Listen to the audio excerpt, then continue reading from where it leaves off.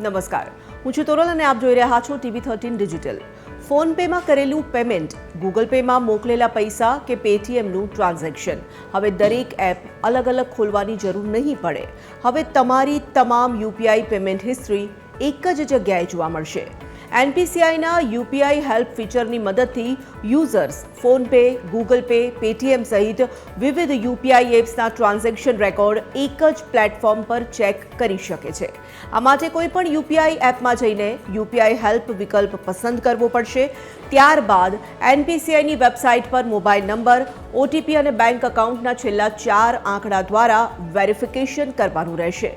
પ્રક્રિયા પૂર્ણ થતાં જ તમામ યુપીઆઈ ટ્રાન્ઝેક્શનની માહિતી સ્ક્રીન પર દેખાશે।